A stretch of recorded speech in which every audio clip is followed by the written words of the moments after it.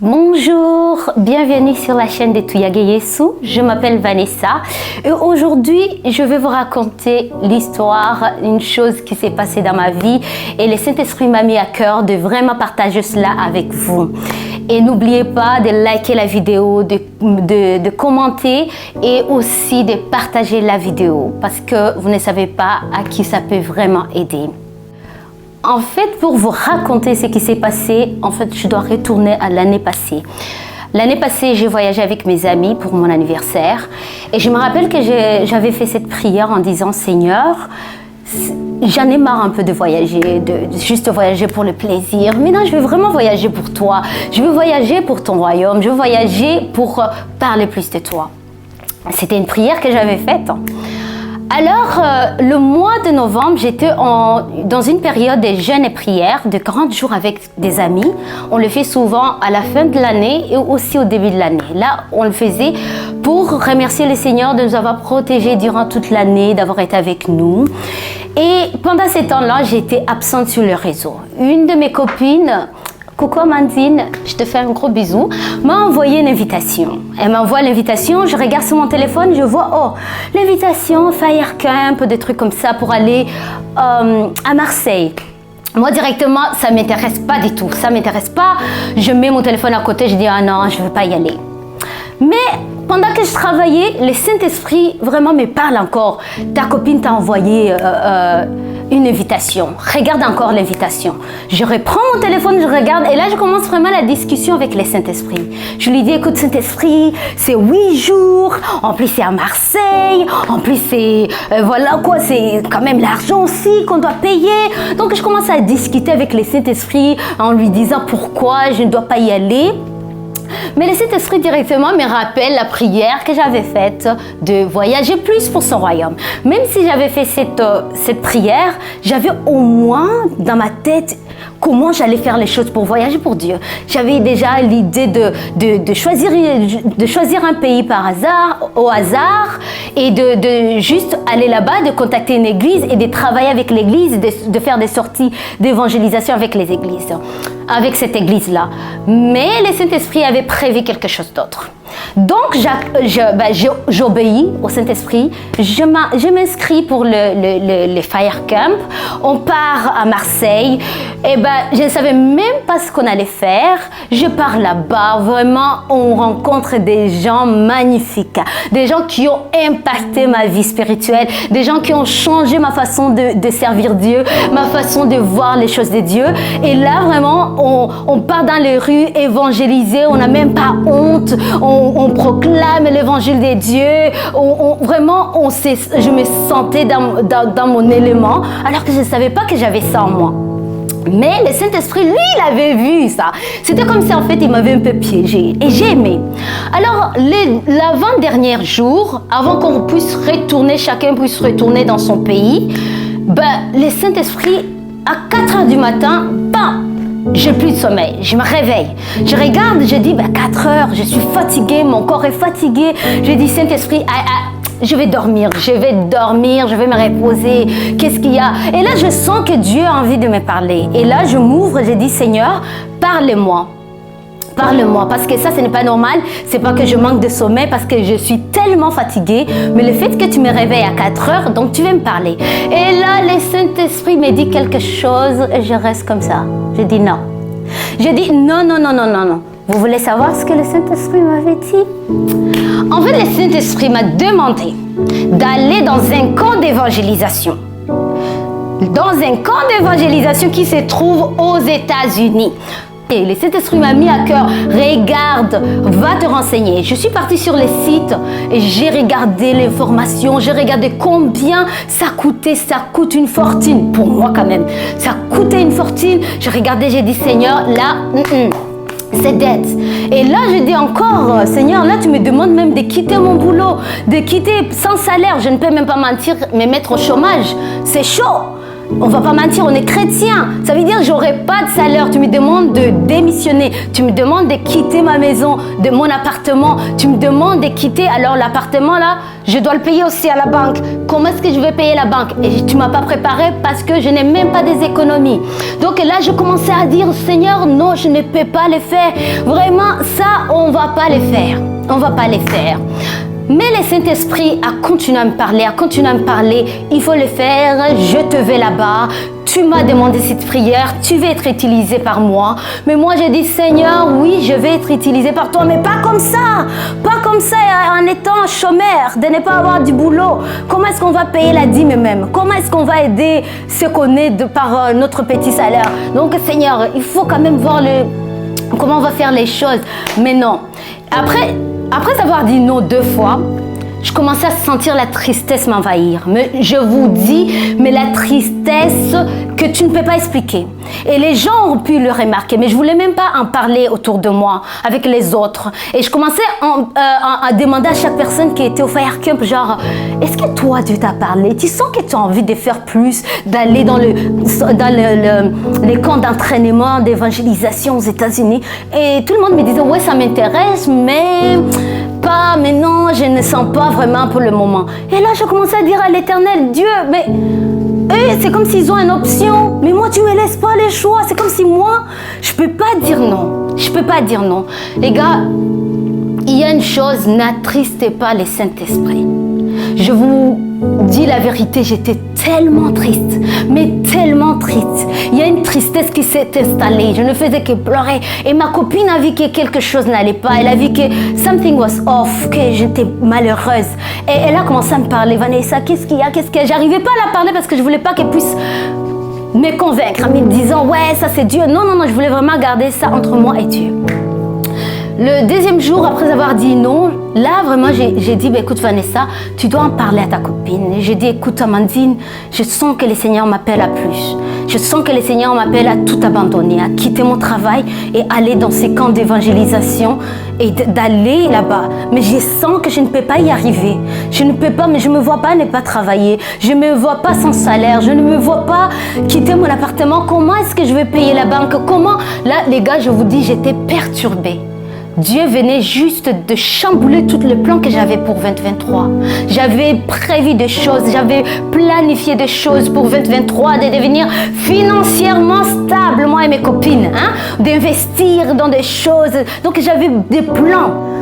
Et il y a ce verset dans la Bible, en Proverbe, en fait, qui dit que le cœur de l'homme a beaucoup de projets, mais seul le plan de Dieu se réalise. En fait, je me suis dit directement, là, j'ai des projets pour 2023. J'avais planifié pour toute l'année comment j'allais faire, le voyage de Dieu que j'allais faire et tout. Mais là, je voyais que Dieu mettait tout dans l'eau. La mort en soi. Quand on dit que mourir et prendre et porter, en fait, quand Jésus disait aux disciples, portez votre croix et suivez-moi. Là, je sentis cela. Et après, tellement j'étais malheureuse, les gars, il y avait une tristesse qui s'était installée. Et vous savez aussi que la tristesse qui vient de Dieu nous mène à la repentance.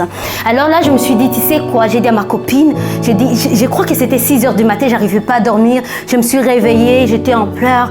Et ma copine s'est réveillée, elle a dit, Vanessa, tu sais pourquoi tu es tellement triste? Alors qu'on vient de finir une semaine intense dans la présence de Dieu, mais tu es tellement triste. C'est parce que tu es en train de désobéir à l'Éternel. Et là, directement, je me suis dit, l'obéissance vaut mieux que les sacrifices. Je dois obéir. Même si je ne comprends rien, je dois obéir. Même si je n'ai pas l'argent qu'il faut pour aller dans ces camps d'évangélisation, je dois obéir. Même si je ne sais pas mon avenir, là où va aller mon avenir, je ne sais plus le plan de mon avenir, tout m'échappe. En fait, je dois obéir. Le fait de penser simplement de quitter mon travail m'est stressé. Alors là, j'ai pris la décision directement avec ma copine. On s'est tenu la main, on a prié, on a dit, on va obéir. Et j'ai écrit dans mon carnet, les gars, il faut écrire dans vos carnets. Écrivez, si Dieu vous donne des révélations, il faut les écrire, c'est très très important. J'ai écrit dans mon carnet le jour, la date, j'ai dit, je crois que c'était le 14 mars que j'ai écrit, j'ai dit, Seigneur, j'obéis, j'ai dit oui, on va aller au bootcamp, c'est ça ce que tu veux? On va aller au bootcamp. 2 jours après, j'ai eu un rêve, une vision en fait. Une vision. Et là, je rentre, je tremble. En fait, mon corps ne fonctionne pas. Mon esprit est dans la paix. Je suis dans la paix. Je ne suis plus dans la tristesse. Mais mon corps tremble. Mon corps ne fonctionne pas. Mon corps, non. Mon corps et mon esprit, c'est vraiment l'opposé, quoi. L'esprit est tellement joyeux, le corps est là. Qu'est-ce que tu vas faire? Qu'est-ce que tu vas devenir? Et les diables ont commencé à amener le mensonge. Qu'est-ce que tu vas devenir? Comment est-ce que tu vas vivre sans le travail, sans revenu? Voilà. Je prends la décision, j'accepte la volonté de Dieu, la vision. Je me vois partir quelque part pour le ministère de Dieu avec ma sœur et une copine dans le rêve, n'est-ce pas? Moi, je pars pieds nus. Je n'ai pas de chaussures. J'avance. J'arrive à un moment où je ne peux plus avancer. Parce que le chemin devient un peu dangereux. Je ne peux plus avancer, ça va me faire mal. Et là, j'ai une décision. Soit j'avance comme ça, mais je ne vais pas arriver à la destination. Soit je fais demi-tour et je pars à la maison et je mets les chaussures. Et là, je fais demi-tour, je décide de faire demi-tour et je pars mettre les chaussures. Je mets mes chaussures et puis j'avance, je continue mon chemin. Et là, je me dis, maintenant avec mes chaussures, je peux aller partout. Quand je me réveille, directement, le Saint-Esprit me dit, prends note, écris ce que tu viens de voir, écris ce que tu viens de voir. Moi, je dors toujours avec mon carnet à côté de moi, avec un stylo, disant à l'Éternel, je suis prête. Dès que tu me donnes quelque chose, je vais écrire, je ne vais pas l'oublier directement parce que quand tu te réveilles, tu vas te doucher, tu vas nanana, tu risques parfois d'oublier certains éléments. Donc, c'est très important de prendre de notes quand Dieu vient de vous parler. Ça, j'ai eu ce conseil de notre tonton pasteur Sanoko. Donc, je prends des notes, mais moi, pendant que je prends des notes, je suis en train de me focaliser le fait que j'ai perdu du temps, dans les allers, les retours. Et là, je suis très, très dure avec moi-même. Je commence à dire, Vanessa, tu vois, c'est comme ça, tu es dans la distraction. Il faut vraiment te focaliser. Il faut vraiment te focaliser, donc tu es dans la distraction. Mais pendant que je prenais note du vision, le Seigneur commence à éclairer le mot chaussure. Et directement, le verset en Éphésiens 6 tombe. Et moi, je relis le verset et je vois les chaussures. C'est quoi les chaussures de l'Évangile? Et là, c'était vraiment comme une confirmation encore de l'Éternel que Dieu me voulait au terrain. Il était temps, j'ai longtemps marché pieds nus. Maintenant, il est temps de porter les chaussures et d'aller aux États-Unis dans ces bootcamps. Oui, le bootcamp c'est aux États-Unis, en Floride, Orlando. Donc je vais aller vivre aux États-Unis là-bas pendant 3 mois. Et après les 3 mois, on va aller quelque part en Afrique, pardon. On va aller en Afrique pour aller évangéliser dans les marchés, partout, pour que tout le monde puisse connaître qui est Jésus. Donc j'ai commencé à me préparer, premièrement, je me suis repentie. J'ai senti que j'étais dans la désobéissance et j'avais manifesté vraiment mon niveau de foi par rapport à ce que Dieu m'avait demandé. Je me suis repentie. Et pendant que je lisais ma Bible, Dieu m'a parlé de l'histoire des 2 frères en Matthieu. Des 2 frères, l'un avait dit à l'Éternel, à son père, en fait le papa les avait envoyés d'aller travailler dans le champ. L'un a dit, ouais papa, je vais le faire, mais il ne l'a pas fait. Et l'autre a dit, non, je ne le fais pas, mais après, il a regretté sa réponse et il est quand même parti travailler au champ. Et directement, Dieu m'a dit, tu es le 2e fils. J'ai senti comme si Dieu me donnait la 2e chance. J'ai senti comme si Dieu voyait quelque chose en moi que moi-même, je ne voyais pas. On va pas pleurer. Que moi-même je ne voyais pas. Dieu voulait investir en moi. Il voyait que les gens dans ces bootcamps avaient quelque chose qui pouvait me transmettre pour être utilisé par les seigneurs vraiment dans mon domaine, dans l'évangélisation, pour qu'on puisse aller toucher beaucoup d'autres personnes, pour que les gens puissent connaître qui est Jésus. Chaque jour, il y a des gens qui meurent et qui ne connaissent pas le Seigneur Jésus-Christ. Il est temps qu'on puisse s'élever et partir. Et il voyait que la solution, c'était là-bas aux États-Unis pour que je puisse aller là-bas. La partie suivante, en fait, je reste inactive. Je ne fais rien. Je ne bouge pas. Je me suis inscrite, bien sûr, au bootcamp par obéissance, même si je ne voyais pas où financièrement j'allais trouver tout cet argent. Mais je me suis dit, Vanessa, inscris-toi. Mais après m'avoir inscrit, je suis restée sans rien faire. Parce que j'attendais la réponse. 1 mois, 5 semaines, 6 semaines, pas de réponse. Et après, le Seigneur, à travers les cours, parce que je suis les cours à IEBI, et Dieu me parlait sur la foi solide, sur la foi, comment bâtir une foi solide, comment Dieu peut vous demander quelque chose qui peut, qui va écraser tous vos plans pour son royaume, pour Dieu, et vraiment de marcher dans la foi. Je sentais comme si je marchais sous l'eau en fait. Je marchais sur l'eau. Je marchais sur l'eau, je ne voyais pas où j'allais, mais je faisais simplement confiance à l'Éternel. Alors, pendant notre moment de prière, les jeudis, dans le groupe cellule de maison, ma petite sœur ce jour-là devait apporter la parole.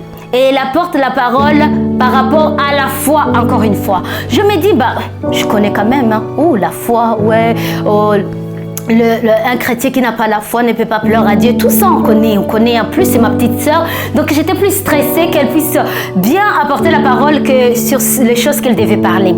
Ma petite sœur parle sur une chose et dit, mais parfois Dieu vous demande quelque chose, mais vous ne faites rien. Vous êtes là simplement à dire amen, amen, amen. Vous n'avancez pas, vous restez inactive. Et là, directement, le Seigneur me parle. Il me dit, Vanessa, depuis que je t'ai parlé que tu vas aller au bootcamp, mais qu'est-ce que tu as fait? Et là, j'ai dit à l'Éternel, écoute Seigneur, moi j'attends la réponse pour donner ma démission au travail. Et le Seigneur me dit, Vanessa, la semaine prochaine, là c'était le jeudi, il me dit, la semaine prochaine, tu donnes déjà ta démission. Tu dois marcher par la foi. Moi, je t'ai dit que je te vais là-bas. Donc, tu donnes ta démission. Et là, directement, j'ai dit, Saint-Esprit, on doit parler là, vraiment, là, ça devient compliqué. Hein? Donner ma démission, c'est la réponse. Sachant qu'au bootcamp, ils ne choisissent pas tout le monde. Ils sont trop piqués. Ils prennent le temps de prier pour chaque candidature. Ils ne choisissent pas tout le monde. Ils veulent vraiment investir tout ce qu'ils ont pour nous donner tout ce qu'ils ont. Donc, il ne faut pas prendre plusieurs personnes. Ils choisissent vraiment. Et moi, j'avais dit, d'ailleurs, déjà, l'anglais, c'est mon handicap. Je connais l'anglais pour aller me débrouiller en vacances, demander can I have something to drink, where can I find this, where can I find that. Mais papa, anglais là pour aller prêcher.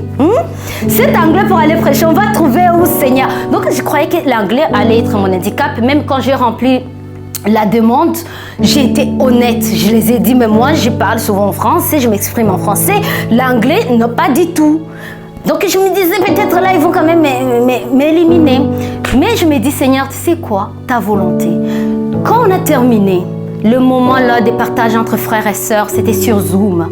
Directement, j'ai pris mon ordinateur, j'ai commencé à rédiger ma lettre de démission.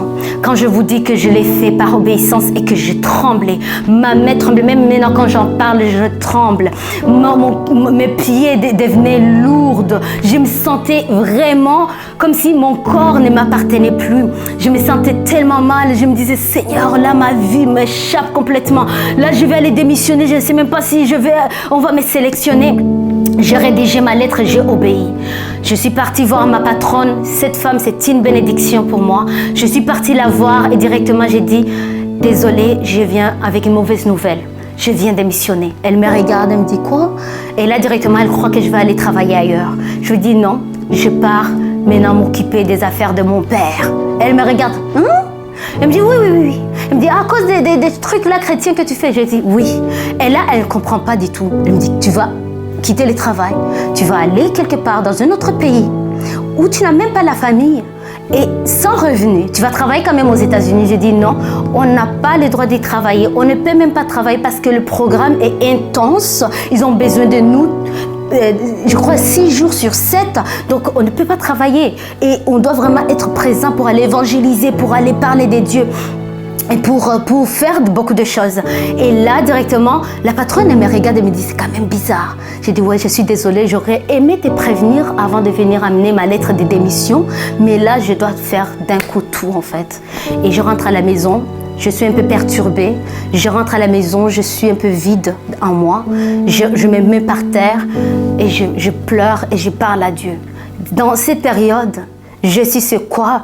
Parler à Dieu, me donner à Dieu, m'abandonner à Dieu, parler à Dieu et aussi l'entourage. Dieu a mis autour de moi les gens qui ont prophétisé, parce que ma copine en fait, elle avait prophétisé avant même que Dieu me parle. La Amandine, elle m'avait dit, Vanessa, Dieu me montre que tu vas aller en Afrique servir Dieu. Mais avant même que Dieu me parle, je vous dis, avant même que Dieu me parle, mais j'avais pris, je dis, bah, ça c'est même pas, je ne me vois pas vraiment aller là-bas. Mais après, c'est après que j'ai compris que Dieu l'avait utilisé. Elle-même, elle ne comprenait pas ce que Dieu la disait de me dire. Mais je te dis qu'il y a des gens qui ont été positifs dans cette journey. Les gens étaient là avec moi, les gens ont prié pour moi, les gens m'ont couvert de conseils. Je n'étais pas seule. C'est très important d'avoir des gens qui peuvent vraiment t'aider dans la prière, qui voient ce que Dieu voit en toi. Parce que moi, je ne voyais pas ce que Dieu voyait en moi. Je ne comprenais pas pourquoi Dieu voulait vraiment m'utiliser. Je ne savais pas pourquoi Dieu, tu veux utiliser moi, Vanessa. Je me dis, Seigneur, voilà pourquoi moi. Je ne comprends pas pourquoi tu m'utilises moi. Et là, 2 jours après ma démission, je reçois le message, la réponse des États-Unis que j'ai été sélectionnée. J'étais dans la joie. Et là, vraiment, il y avait cette paix en moi. Le Saint-Esprit qui me disait, tu vois, il faut marcher par la foi. Tu as attendu la réponse pendant des semaines, presque 2 mois sans réponse. Et dès que tu as pris la décision d'aller donner ta démission, qu'est-ce qui s'est passé? J'étais acceptée.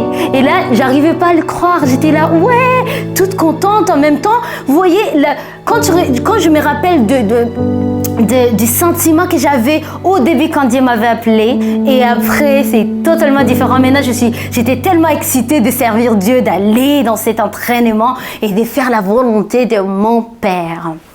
Alors Dieu, il s'est dit, Vanessa, on passe à la 3e étape. Maintenant, on a eu l'étape de l'obéissance, on a eu l'étape de la foi, de marcher dans la foi. Et maintenant, c'était l'étape de l'humilité. Dieu a voulu que je puisse apprendre c'est quoi l'humilité, parce que Dieu veut tuer tout ce qui est en moi, qui ne le glorifie pas. Dieu, à travers d'un livre que quelqu'un m'avait recommandé quand j'étais à Marseille, j'ai commencé à lire ces livres et j'ai arrêté de les lire parce que je n'aimais pas ce qui était dans le livre. Le livre était magnifique, mais je n'aimais pas ce qui était dans le livre. Et là, directement, en fait, on parlait de collecte de fonds, fundraising. Et là, j'ai dit, Seigneur, là, on ne va pas faire des choses comme ça. On est des chrétiens, on a des enfants. Et j'ai commencé à parler de l'histoire d'Élie. J'ai dit, Élie n'a jamais demandé. Et j'ai commencé à utiliser l'histoire que les corbeaux l'ont fait manger. L'ange est venu l'amener à manger. Et là, directement, le Saint-Esprit m'a parlé. J'étais dans la voiture, il me parle, il me dit, et ce qu'il a fait en allant demander à la femme veuve de lui faire des galettes alors que cette femme avait peu de farine et peu d'huile, c'était quoi? C'était quoi pour toi? Je dis, ah ouais, ça c'est notre sorte de vraiment demander de l'aide. Et là, directement, je me suis dit, tu sais quoi, Seigneur, je veux obéir. Moins de Vanessa, plus de toi, Seigneur. Tu veux que je fasse cela? Je veux le faire pour ta volonté. C'est pour cela que j'aimerais parler au corps du Christ. Si tu as regardé cette vidéo et que ça t'a touché, que ça t'a parlé et que tu aimerais investir, parce qu'en investissant dans cet appel, tu n'investis pas en Vanessa, en fait. Tu investis dans le royaume des dieux. Comment est-ce que vous pouvez envoyer vos dons? Vous pouvez les envoyer en cliquant sur le site en bas, Letchi, et aussi sur PayPal. J'ai un compte PayPal et j'ai aussi un site où vous pouvez cliquer dessus et ça va vous amener directement sur la page où vous pouvez faire votre donation. Et bien sûr, vous pouvez aussi partager avec vos amis, vos pères spirituels, avec tout le monde en fait, du corps de Christ, qu'ils puissent vraiment avoir cette opportunité d'investir aussi dans le royaume de Dieu. Pourquoi j'appelle ça investir? Parce que je crois le fait d'avoir donné qu'il y a quelqu'un, ça va m'aider à pouvoir aller aux États-Unis et de faire cette formation, d'aller en Afrique, mettre cette formation en pratique et quelqu'un va recevoir le Seigneur Jésus. Quelqu'un entendra parler de Jésus-Christ de Nazareth et son salut, ce sera aussi grâce à votre participation. Pourquoi est-ce qu'on a besoin de fonds? Parce qu'on va partir aux États-Unis, vivre là-bas 3 mois. On n'aura pas le bootcamp en soi, l'entraînement, l'école en soi ne prend pas soin de logement, de la nourriture. Et on n'a pas, moi, je n'ai pas la famille là-bas, donc je dois vivre là-bas. Je dois 3 mois où que je vivrai là-bas, que je devrais m'occuper quoi manger. Ou aussi, il y aura un voyage qu'on doit faire après la formation en Afrique et après retourner aux États-Unis encore. Et voilà, c'est pour cela. Veuillez partager la vidéo s'il vous plaît à vos amis, à vos pères spirituels, à la famille, et veuillez aussi commenter s'il vous plaît pendant que vous regardiez cette vidéo. Peut-être le Saint-Esprit a déposé quelque chose dans votre cœur, il a déposé une parole de connaissance ou un verset sur votre cœur. Mais notez-les, likez la vidéo et puis partagez aussi la vidéo. Je tenais à dire merci vraiment aux gens qui se sont donnés vraiment le temps et qui ont participé dans la prière, qui ont prié pour moi. J'aimerais dire merci à ma famille. En tout cas, ma famille a été présent, ils n'ont pas compliqué les choses, ils ont respecté l'appel de Dieu sur ma vie. Ma mère, elle a été directement, elle a dit vraiment Vanessa, tu es ma fille, mais Dieu, tu appartiens à Dieu, tu m'appartiens pas. Donc si Dieu t'appelle, qui suis-je moi pour t'arrêter? Ma sœur m'a dit directement, ouais, c'est ça vraiment ton appel. En tout cas, moi, ce que je veux, c'est de servir Dieu, c'est de faire la volonté de Dieu. Parce que c'est que lui, il a fait à la croix de Golgotha. C'est juste magnifique. Il a tout abandonné. Il est venu sur cette terre. Il est mort à la croix pour nous. Alors moi, quitter mon travail, quitter mon appartement, tout abandonner pour aller le servir n'est pas quelque chose de waouh. N'est pas quelque chose de waouh, magnifique, tu as fait ça, waouh. Non, c'est que lui a fait à la croix. C'est ça, waouh. Le fait qu'il a été insulté, qu'il a été humilié et il n'a pas abandonné sa mission. Il a continué jusqu'à la fin. Il est mort, il est ressuscité pour nous, pour moi et toi. C'est ça ce qui est waouh. C'est Dieu-là que je vais servir. Et même si financièrement il y aura cette manque, j'aurai plus cette stabilité, ça en vaut la peine de servir Dieu. Même si je risque de perdre beaucoup d'avantages, ça en vaut la peine de servir Dieu. Parce que premièrement, je suis un enfant de Dieu avant d'être infirmière, avant d'être une future épouse à quelqu'un, avant d'être une copine, avant d'être une sœur, avant d'être juste une citoyenne. Je suis un enfant de Dieu. Je suis une servante de l'Éternel, prête à servir Dieu. Donc merci à vous d'avoir regardé cette vidéo et surtout les gars, partageons la vidéo. Tu ne sais pas qui ça peut toucher, tu ne sais pas qui ça peut aider. Que Dieu vous bénisse énormément. Bye bye.